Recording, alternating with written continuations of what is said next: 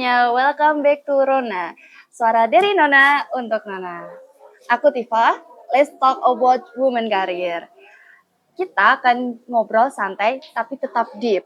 Hari ini aku nggak sendirian, aku ditemani oleh seorang yang hebat, yang bergelut di dalam dunia jurnalis, yang sudut pandang dunia itu berbeda dari apa yang kita lihat. Halo Bu Niken. Halo Mbak Tifa. Gimana kabarnya hari ini? Alhamdulillah baik. Oke, Bu Niken tadi dari mana? Dari rumah. Oke, lumayan ya. Terima kasih atas effortnya udah bergabung sama kita di Sama-sama Rona. dengan senang hati. Oh ya Bu, sebelum tiba-tiba kita deep talk nih Bu, aku pengen tahu apa sih keseharian Ibu selain jadi jurnalis? Ibu biasanya jadi perempuan yang versi seperti apa? Aku adalah jurnalis, tapi aku juga mengajar. Tapi selain itu, tentu saja waktuku lebih banyak adalah aku sebagai ibu, sebagai istri, aku sebagai perempuan yang feminin, yang suka berdandan, suka nge-mall, aku memasak, berkebun, dan aku juga menjemput dan mengantar anak ke sekolah. Oh, wow, gitu ya Nona, perempuan harus memiliki banyak peran.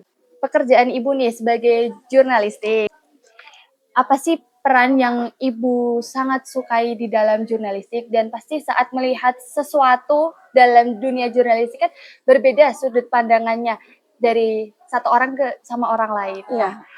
Jadi apakah kacamata perempuan dalam dunia jurnalistik itu sangat terbantu? Saya kira seorang perempuan itu penting ya keberadaannya dalam dunia jurnalistik ya. Jurnalis perempuan itu sama tangguhnya ya dengan jurnalis laki-laki, dan sisi sensitif dan juga emosi dari seorang perempuan itu sangat dibutuhkan untuk menangkap fenomena-fenomena yang layak untuk diberitakan, kemudian untuk melihat lebih jeli apa yang terjadi sebenarnya di balik berita gitu. Jadi mungkin kalau di dunia jurnalistik, jurnalis mengenal istilah news behind news, berita di balik berita. Nah, sisi sensitif perempuan sangat penting untuk membaca situasi seperti itu. Wow, jadi jurnalis itu nggak hanya pekerjaan gender sebelah ya Bu. Jadi sebenarnya semua orang bisa dan semua orang boleh berpandangan tentang profesi tersebut. Oke. Dan kalau misalkan kemarin bahas tentang kasus nih Bu, kasus tentang pelecehan mahasiswa oleh beberapa oknum di kampus Ternama. Oke. Ibu ngikutin beritanya nggak itu? Mengikuti beberapa kasusnya. Kan beberapa orang tiba-tiba menjadi jurnalis homeless ya Bu. Jadi mereka menulis narasi di X, like TikTok gitu. Jadi tuh kasusnya makin viral nih Bu. Nah, di situ banyak orang yang membela korban, tapi juga beberapa orang yang menyalahkan korban. Nah, menurut Ibu, gimana sih harusnya kita jadi perempuan, apakah kita boleh dipandang sebelah mata, dan media itu sangat mempengaruhi cara pandang orang terhadap perempuan gitu. Iya, benar ya. Kemarin itu ada beberapa kasus kan ya di beberapa tempat, dan itu adalah lembaga pendidikan dan itu sangat disayangkan. Saya kira sebagai seorang perempuan dan sebagai siapapun di sini, kita itu harus punya mindset bahwa kita ada di pihak korban ya. Untuk kasus-kasus seperti ini, mindset kita harus ada di pihak korban. Itu yang pertama. Namun sebagai jurnalis, kemudian seorang jurnalis itu harus menyampaikan sebuah fakta, sehingga dia harus independen, dia harus memakai prinsip cover both side, bahkan cover all side. Jadi dari sisi korban, dari sisi pelaku, dari sisi orang-orang di sekitarnya, untuk membuat berita yang punya asas keberimbangan. Namun tentu saja saya sangat menyayangkan ya ketika korban sudah menjadi korban tapi disalahkan. Itu yang saya sayangkan dari masyarakat, dan saya kira udah bukan waktunya lagi kita menyalahkan korban ya. Kita harus terus mengkampanyekan bahwa dalam kasus pelecehan seksual, dalam kasus kekerasan seksual apapun, kita harus berpihak pada korban. Oke. Tapi Bu, kan di situ kan dari pandangan jurnalis ya Ibu menjawabnya tadi. Kalau sebagai perempuan nih, karena kan kita di dunia ekspektasi masyarakat perempuan harus bagaimana, padahal kita tuh terlalu diikutin campur dalam kehidupan pribadi kita, kayak cara berpakaian kita salah, Ya. cara bergaul kita salah. Apakah itu hal yang perlu dibicarakan juga di masyarakat? Iya.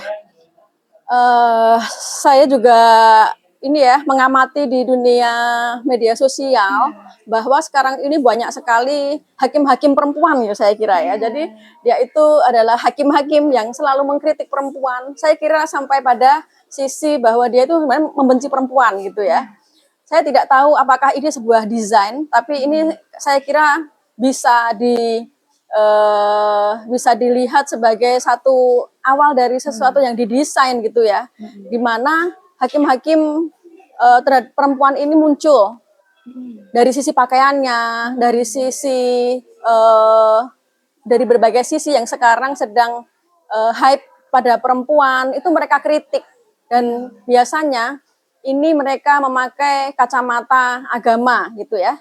Jadi seperti misalnya sekarang ini bagaimana perempuan itu selalu diharuskan ini ya memakai pakaian yang panjang, tapi ada juga yang kemudian berolahraga pun mereka juga meminta atau mengkritik mereka yang berpakaian padahal sudah tertutup ya, sudah tertutup tapi tetap aja dirasa salah, dan itu berbondong-bondong gitu ya komentar-komentar untuk mengkritik mereka itu netizen-netizen yang saya kira ya mungkin didesain ya, jadi untuk membuat apa ya, mungkin ada sisi motivasi bisnis juga bisa untuk ya apapun ya itu, tapi selalu mereka akan menggunakan kacamata agama, dan ini saya kira jadi kayak buzzer gitu ya. Iya benar, jadi mereka ini akhirnya nanti merekomendasikan bahwa ini loh pakaian olahraga untuk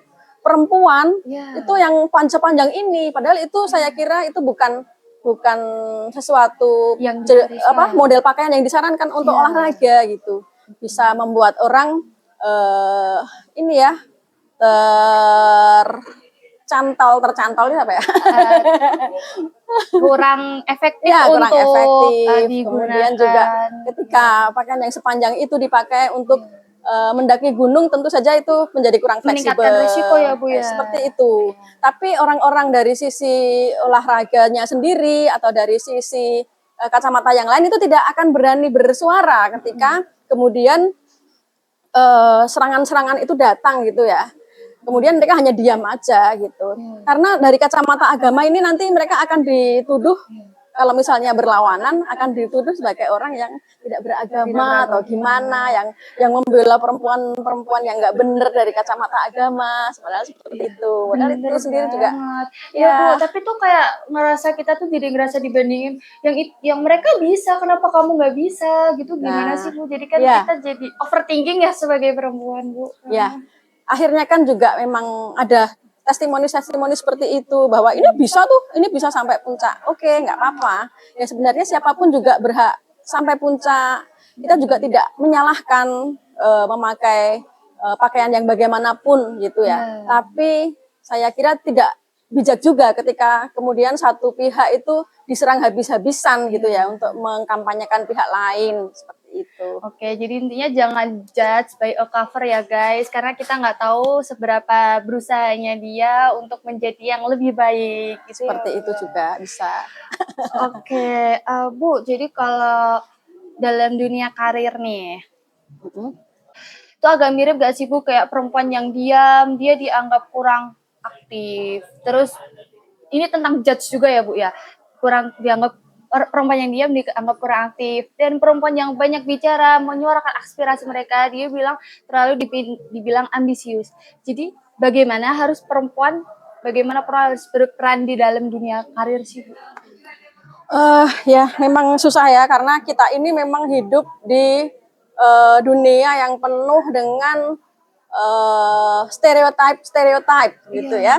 Jadi ketika kita ini diam aja di rumah, misalnya ibu-ibu yang memilih menjadi ibu yang di rumah gitu ya, kemudian dibilang wah ini nggak bener nih, nggak ada peran sama sekali untuk keluarga dan lain sebagainya. Kemudian yang banyak beraktivitas ternyata disalahkan juga bahwa wah ini perempuan yang pengen menyaingi laki-laki, ini perempuan yang terlalu over seperti itu. Jadi memang kita sendirilah yang akhirnya memutuskan kita akan bagaimana. Kayak terlalu menyala gitu, Ya. gender sebelah terasa tersaingi gitu. Itu Dari juga, pengalaman Bu makanya. Niken tuh pernah nggak sih ngerasa kayak gitu, kayak Bu Niken berkembang tapi ada kanan kiri yang bisikin perkataan yang kurang enak gitu?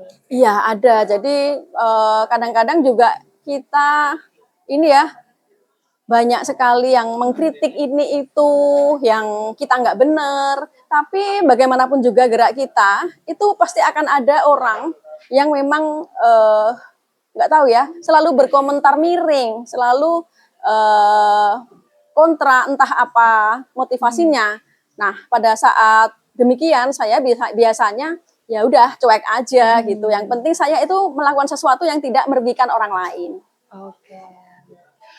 Jadi by the way Bu, aku kemarin lihat tentang jurnalis Amerika yang berstatement tentang women career. Nah, kayak gini Bu videonya. I think that we've gone wrong here, that women should prioritize family and children way above career, that they should try to find their husband before they're 25, that they should try to get married way younger. This is probably the But fertility then that problem. also goes back to just finances. No, that's you a can't huge problem. I quite. totally. Dari video tersebut, apa tanggapan Bu Niken seperti apa? Oke, dia itu politisi ya. Jadi kira-kira yang dia katakan adalah seorang perempuan itu sebaiknya menikah di usia ya maksimal 25-an gitu ya.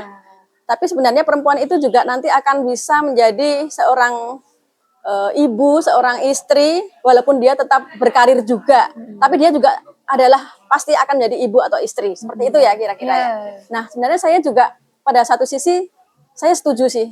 Jadi apa yang dikatakannya itu realistis. Kemudian saya sendiri tidak ada yang saya keberatan sama sekali misalnya dengan pernyataan itu. Berdasarkan pengalaman saya, sejauh mana karir saya dan saya kemanapun itu saya juga tetaplah seorang istri dan ibu seperti dikatakan oleh politisi itu gitu. Kalau politisi tadi mengatakan sebaiknya perempuan itu sudah menikah under 25 gitu ya. Ya saya lebih dikit sih, nggak apa-apa masih bisa toleransi 26. Oh, menikah di umur 26.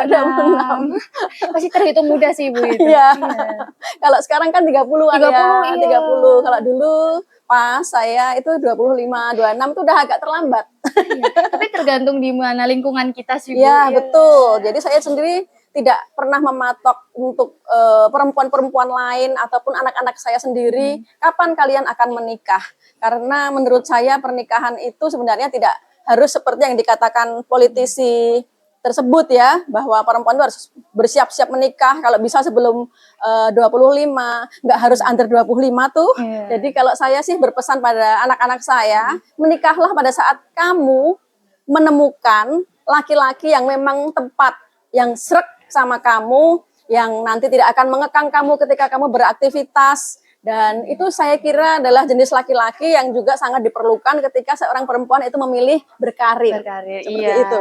Nah, ngomong-ngomong soal karir nih Bu, tadi kan kita lagi fokus karir, ditanya kapan nikah. Kita lagi berkembang dikit, dibanding-bandingin. Itu tuh bagi perempuan kan capek banget ya Bu ya. Jadi kenapa sih semuanya tuh harus dikembalikan ke menikah gitu? Itu apakah kayak statement moral di negara kita atau bagaimana? Jadi kalau di negara Indonesia itu kan mayoritas beragama Islam ya. Di mana di agama Islam itu ada sunnah bahwa menikah itu adalah setengah dari agamamu gitu kan. Jadi orang-orang itu memang kalau menikah itu ya lebih baik daripada tidak menikah seperti itu. Tapi sebenarnya itu bukan sebuah wajib ain gitu ya. Jadi saya kira ketika perempuan itu tidak menikah ataupun karena sesuatu hal dia kemudian menunda menikah atau sama sekali kemudian pilih untuk tidak menikah, itu pun saya kira haknya masing-masing gitu ya. Apalagi mungkin kalau misalnya ya ada perempuan yang saking karena dia memang berkarir, dia ingin waktu-waktu untuk dirinya sendiri, kemudian ya dia sedang menyala gitu ya, mungkin ya Iya. seperti dikatakan Mbak Tifa gitu, dia menunda untuk menikah. Nah, itu adalah pilihan yang saya kira cukup bijak juga, karena kalau misalnya nanti dia berkarir dan kemudian dia menemukan laki-laki yang meminta dia harus ada di rumah, nah itu akan menjadi persoalan di rumah tangga Iya. gitu. Jadi ngerasa kayak aku sebenarnya bukan jadi diri aku sendiri Iya, gitu. Dan betul. lingkungan itu terlalu menyuruh kita kayak cepatan menikah gitu. Padahal Iya. nggak harus ya, Bu, Sebenarnya ya. masyarakat kita ini kadang-kadang juga memang agak lebay ya. Tapi untuk anak-anak ibu tetap nggak ada batasan umur. Nggak ada. Jadi mau 30 Apapun Bu. kata, nggak apa-apa 30. apa-apa. Kalau memang belum menemukan pria yang tepat, nggak apa-apa ditunda lagi gitu. Ibu nggak mau buru-buru ini. Tidak. Jadi kalau misalnya di luar sana ada yang bertanya, kapan anaknya menikah, kapan mantu, kapan mau punya cucu, ya saya cuek aja nanti di Iya. saat yang tepat. Iya. Seperti itu. Ya kalau misalkan anak ibu udah sukses nih, terus ibu masih kayak anak ibu masih nanti dulu deh Bu, masih pengen berkarir terus gitu. Bahkan kadang itu ada perempuan yang sibuk berkarir sampai lupa untuk menikah Bu. Itu Iya. ibu bakal bagaimana menghadapi situasi yang seperti itu? Ya, kalau saya sendiri kebetulan belum pernah menghadapi situasi itu ya. Iya. Tapi mungkin aja kalau misalnya itu terjadi ya saya akan kalem-kalem aja ya mungkin ya. Kemudian saya juga akan banyak berdiskusi dengan anak-anak karena memang saya membudayakan budaya diskusi, kita ngobrol bareng seperti itu, yang akhirnya semua anak itu tidak merasa terpaksa ketika dia memilih untuk ini atau memilih untuk itu seperti itu. Jadi ibu tipe yang mendengarkan anak dan anak juga pasti mendengarkan ibu ya Bu. Iya, Tidak cuma betul. tuntutan saja. Ya, saya kira begitu sih mungkin. Saya berusaha untuk itu gitu ya.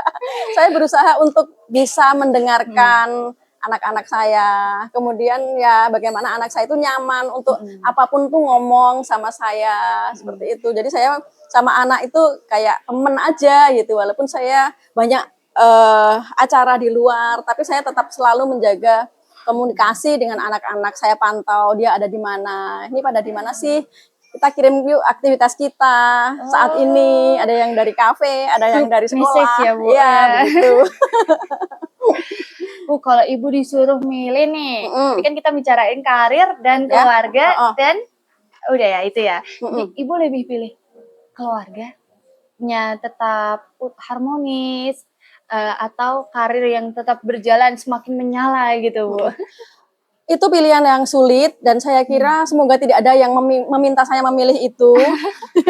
Karena saya kira itu ya bukan harus dipilih salah satu. Jadi bagaimana dua-duanya itu bisa berjalan beriringan sih. Jadi selama ini memang tugas saya sebagai seorang perempuan yang berkarir itu bagaimana selalu tercipta harmonisasi antara keluarga dan karir. Saya sendiri beruntung ya, saya menemukan suami yang akomodatif, yang memberi saya ruang untuk berkembang, yang bahkan dia tidak keberatan ketika saya menyala duluan, bahkan ketika saya menyala sebelum matahari bersinar. Tengah malam ya Bu, Iya, jadi gitu. dia justru adalah orang yang mensupport saya, yang memfasilitasi, dan saya sekarang ini ada di ini ya, di dalam naungan saya, kalau saya itu bilang suami foundation gitu ya. Suami foundation. Karena saya sekarang sedang studi S3 dan itu dibiayai oleh suami. Dia yang mendorong saya dan dia nanti kalau ibu lulus baru bapak S3. Wow, seperti itu. Suami menjadi LSM non-government ya Bu. LSM-nya dari suami foundation. Ya. Kayak gitu Bu, karena suami mensupport dan untuk ibu berkarir dan sebagai istri, ibu gimana sih memanajemen itu semua? Nah, ini memang yang kunci dan juga yang sangat krusial ya. Jadi tidak gampang ya untuk membuat harmonisasi antara karir dan keluarga. Saya sendiri sangat disupport oleh suami. Jadi suami ini memang support sistem saya sepenuhnya. Ketika saya tidak bisa menjemput anak, dia yang menjemput. Kalau tidak bisa lagi, ya ada pihak lain. Kemudian ketika saya kerepotan melakukan sesuatu, ya dia yang membantu. Ketika ada di rumah itu saya harus segera pergi, belum bisa bersih-bersih, ya dia yang dengan senang hati bersih-bersih seperti itu. Jadi memang dia support system yang sangat baik, dan saya juga mengajak anak-anak untuk terlibat, dan itu kita lakukan bersama, tidak peduli itu pekerjaan laki-laki atau perempuan, itu kita lakukan bareng.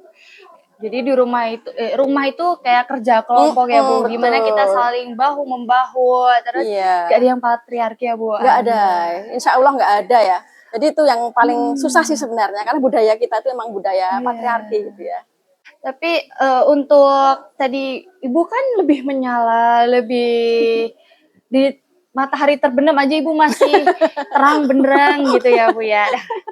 Itu tuh untuk suami Ibu, apakah ada masyarakat yang kenapa sih istrinya lebih sukses, bisik-bisikan kayak gitu, sekan tetangga kan pedes ya Bu ya, apalagi saudara juga gitu, gimana sih cara Ibu menghandle itu semua bersama suami? Jadi sebenarnya yang saya sampaikan tadi itu sebuah ungkapan ya, suami saya itu tidak keberatan ketika istrinya itu menyala duluan atau lebih menyala dari dia. Tapi faktanya saya sama suami saya sama-sama menyala. Saat terbenam masih menyala. Iya. Terang benderang. Sebelum matahari bersinar sudah menyala. Menyalakan kompor maksudnya ya.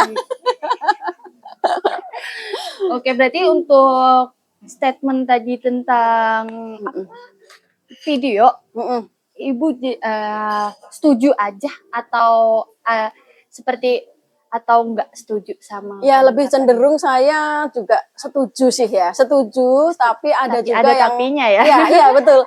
Setuju tapi tidak sepenuhnya gitu ya. Jadi saya setuju bahwa kemudian ketika ketika perempuan itu berkarir, dia akhirnya menjadi istri, dia akhirnya menjadi perempuan yang seorang ibu yang harus mengurus rumah dan lain sebagainya, ya itu salah satu pilihan aja gitu. Jadi itu tidak harus seperti itu. Tapi kemudian dia juga bilang kan kalau misalnya perempuan itu harus menikah sebaiknya sebelum 25, itu ya tidak begitu juga. Walaupun kalau misalnya perempuan tuh memilih itu juga nggak apa-apa juga itu. Gimana sih cara memanajemen emosi di dunia karir Ibu, terus ego juga, itu bagaimana sih Bu, Ibu sebagai perempuan gitu? Karena saya merasa ya Bu, saya sebagai perempuan tuh sangat emosional banget. Oh ya, betul ya, nggak bisa dipungkiri ya teman-teman. Jadi perempuan itu memang sisi emosinya itu lebih dominan gitu kan. Tidak bisa dipungkiri juga, itu kadang-kadang muncul ketika di dunia kerja, di dunia manapun kita sisi emosional kita itu kadang muncul. Nah, kalau saya sih bagaimana agar itu bisa diredam, itu kita memenuhi diri kita sendiri dengan apa yang kita butuhkan gitu ya. Perempuan itu sebenarnya kalau dari hierarki Maslow ya, itu kan dimulai dari biologis, aktualisasi diri sampai ke situ ya. Masih ada beberapa tahap lagi sampai aktualisasi diri. Nah, kita ketika itu semua sudah terpenuhi, sebenarnya itu akan meredam emosi-emosi negatif dari diri kita gitu.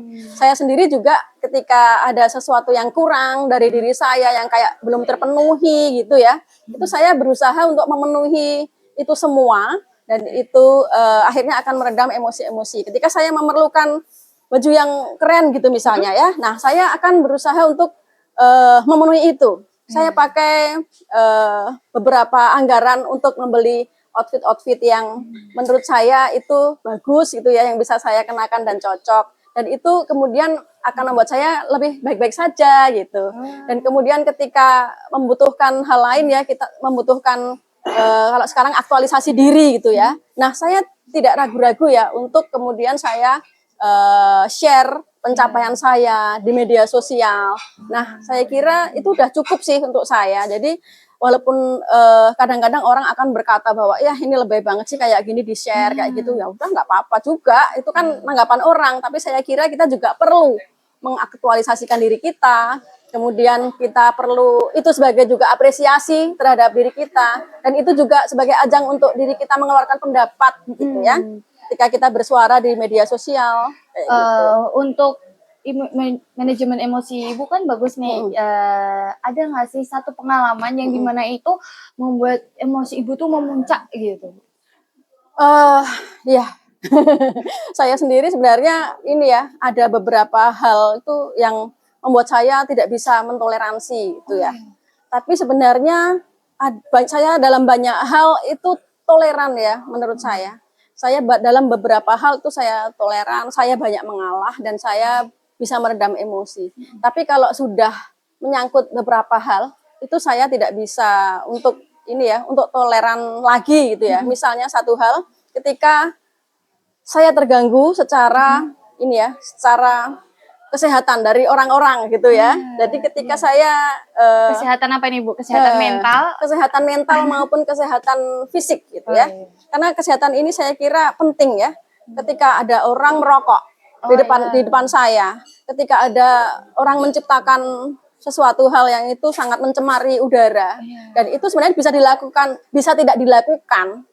Kemudian saya akan tidak ragu-ragu untuk menegur gitu ya. Mohon maaf, rokoknya mengenai asap rokoknya mengenai saya. Itu. Jadi saya sebenarnya bisa lebih emosi lagi gitu ya. Tapi kan kita tetap harus sopan dalam berkomunikasi.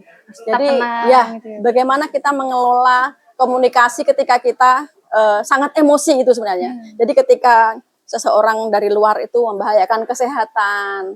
Kemudian ada juga ketika itu mengganggu privasi. Jadi ketika privasi kita terganggu oleh pihak dari luar, itu saya juga bisa sangat marah juga gitu. Ketika saya keberatan ya orang lain mengupload sesuatu tentang saya, tentang wajah saya yang saya tidak berkenan. Nah itu saya juga akan bisa marah.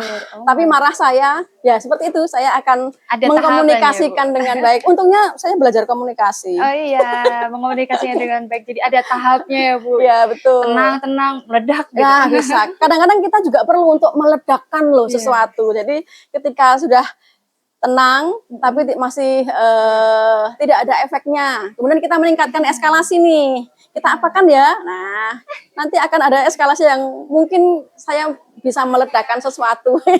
Wow, takut banget. Takut banget. Meledak gitu.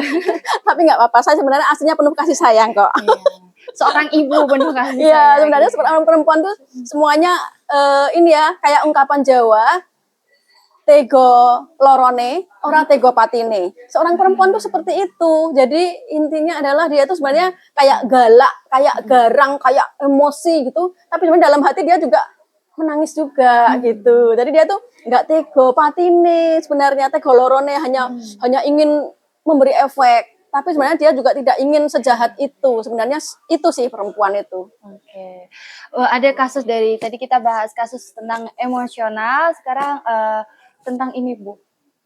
Apa sih yang Bu Niken banggakan dari pekerjaan Ibu, dari rangkuman semua tadi Ibu telah ceritakan sebagai jurnalis ya? Iya, sebagai jurnalis. Saya sih ini ya sangat bersyukur ya. Saya mendalami dunia jurnalistik ini selama mungkin lebih dari 20 tahun. Nah, ini adalah satu hal yang sangat saya syukuri karena saya bisa menyampaikan informasi kepada masyarakat yang itu adalah informasi yang tidak direkayasa ya, yang informasi yang benar-benar dari sumber yang layak untuk diberitakan semacam itu. Dan itu saya kira sangat membantu masyarakat ya selama ini bagaimana mereka harus mendapatkan informasi-informasi yang valid gitu. Apalagi di tengah situasi di mana saat ini kan banyak banget informasi dari media manapun, dari media sosial dan dari banyak banyak sumber yang tidak bisa dipertanggungjawabkan.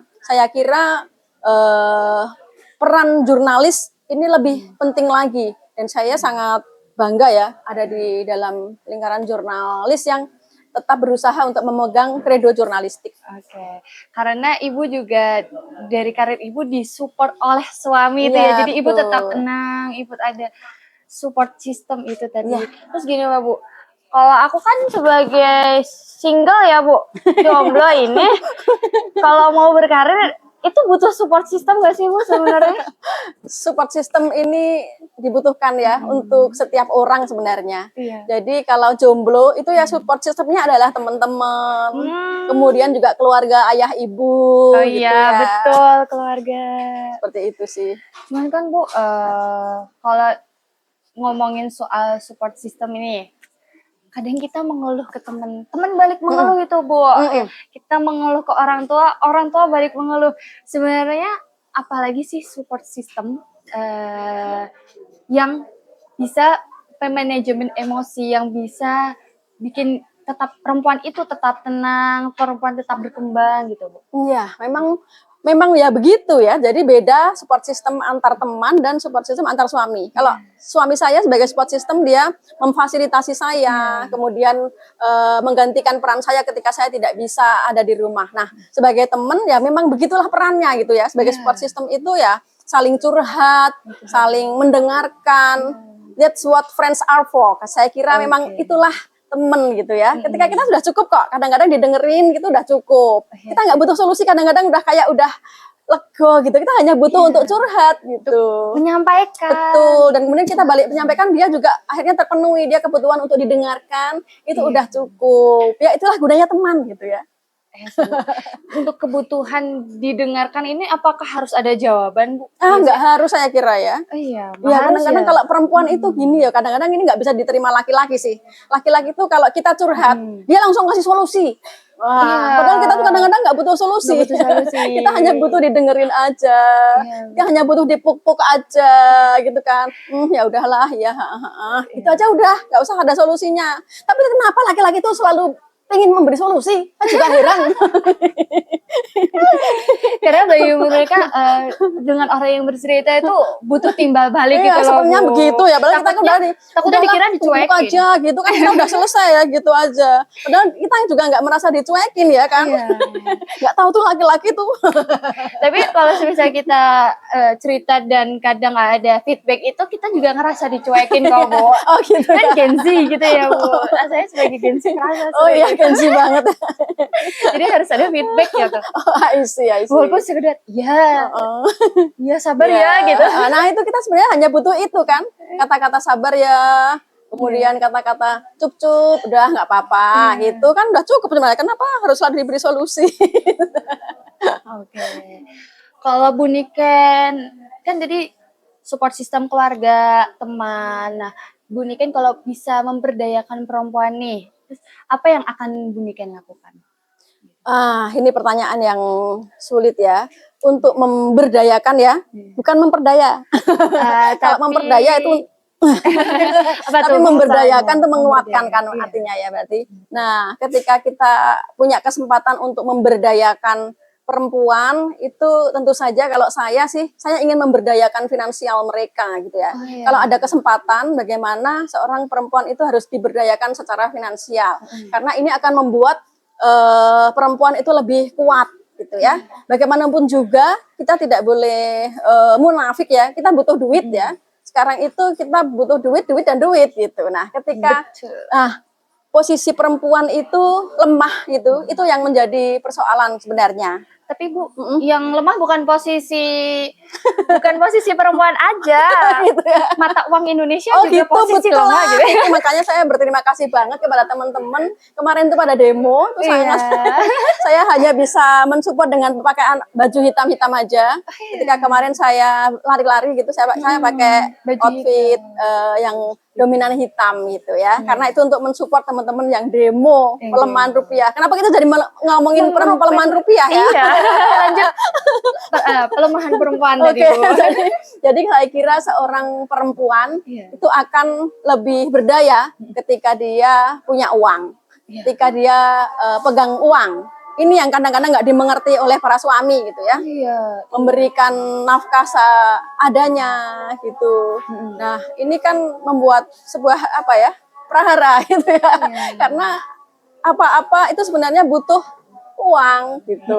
Ketika saya diberi kesempatan untuk memberdayakan perempuan, maka saya ingin memberdayakan mereka secara finansial. Bagaimana dia bisa punya uang dari dirinya sendiri. Saya kira ini juga yang membedakan perempuan karir dan perempuan yang memilih di rumah. Saya tidak menyalahkan perempuan yang memilih di rumah, tapi saya kira ketika seorang memilih di rumah untuk menjadi ibu sepenuhnya 100%, suaminya harus mengerti kalau bisa memberi nafkah 200 juta per bulan itu ya. Itu itu baru cukup. Tapi kalau tidak, saya kira mari kita menjadi perempuan karir saja. Kita temukan saja laki-laki yang bisa mengerti kita sebagai seorang perempuan karir. Dengan punya uang sendiri, bargaining kita di masyarakat lebih kuat. Bargaining kita di mata keluarga besar lebih kuat. Bargaining kita di mata anak-anak lebih kuat. Kita tidak usah minta suami untuk beliin ini itu, kita udah, adik minta handphone kita belikan, adik minta baju baru di brand apa itu di sebuah toko gitu ya, itulah, ya. nah kita belikan langsung kayak gitu ya. Adik BA, Bu, pulsanya habis, kita langsung kirim. Nah itu akan membuat emosi kita stabil juga gitu. Jadi saya kira keberdayaan finansial itu penting. Berarti itu kayak menyelamatkan mental health kita sebagai perempuannya. Betul. Jadi kita jangan selalu bergantung gitu. Iya. Jadi kalau ibu pengen perempuan berkembang di finansialnya, tips meniti karir dong Bu, boleh ya? Boleh ya. Kalau berdasarkan pengalaman saya sendiri sih, saya dulu itu karena mahasiswa ilmu komunikasi ini kan sebenarnya banyak banget peluang ya, asalkan kita mau gitu ya. Kalau saya dulu ketika sebuah perusahaan datang ke kantor, ke kampus ya, ke kampus, kemudian ternyata di situ itu ada seleksi pemagang. Magang ya, ini hanya magang. Nah, saya langsung mendaftar. Ternyata setelah magang ini, magang itu 3 bulan selesai, itu ternyata kita lanjut direkrut menjadi karyawan. Nah, itu saya kira itu sebuah peluang yang baik ya untuk teman-teman mahasiswa. Kalau ada perusahaan-perusahaan yang menawarkan program magang dan selama teman-teman itu available, masuki. Jadi kita lihat dulu perusahaannya ya, mungkin ya, lembaganya, instansinya, apakah ini proper, apakah ini layak untuk kita masuk di dalamnya sebagai pemagang. Saya kira itu penting ya.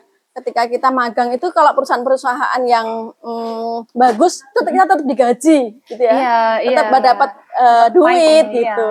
Nah setelah itu mereka kan akan rekrutmen karyawan ya secara berkala ya. Dan ketika kita ini dipandang sebagai sosok yang memang memenuhi, berdedikasi selama magang, ya mereka nggak akan kemana-mana. Kita akan mungkin ketika ada seleksi kita tetap ikut seleksi, tapi nanti kita akan dipilih. Ya, gitu. tetap kita yang dicari. Ya, pokoknya peluang apapun dan itu berbau-bau pekerjaan itu dimasukin aja.